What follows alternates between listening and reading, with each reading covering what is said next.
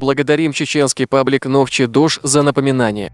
6 марта 1878 года был казнен национальный герой чеченского народа Наиб Умадуев во времена имамата Наиб Киелала и других близлежащих дагестанских сел, а также Наиб Зумсоя.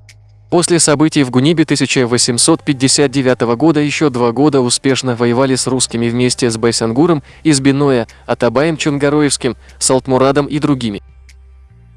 В 1861 году русские начали целенаправленный геноцид мирного населения, а в 1861 году взамен на освобождение чеченских женщин и детей попал к русским и был сослан в Сибирь.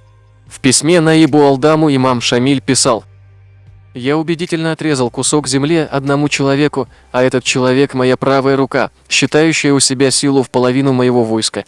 Зовут этого человека Умадуев из Зумсоя». В 1877 году Умадуев вернулся в Чечню, организовал и стал одним из тех, кто возглавил восстание 1877 года. Он стал наибом имама Чечни и Дагестана Алибека Хаджи. 22 июля 1877 года возглавил восстание в Аргунском округе. 17-18 августа Ума Хаджи Дуев с 300 чеченцами выдвинулся к аулам на реке Бас. 25-27 августа со своими воинами участвовал в боях на реке Бас с отрядами атамана Смекалова. 28 августа совместно Лорса Хаджи участвовал в боях у аула Листанджи. В 1878 году он был пленен в Дагестане и вместе с сыновьями казнен 6 марта 1878 году.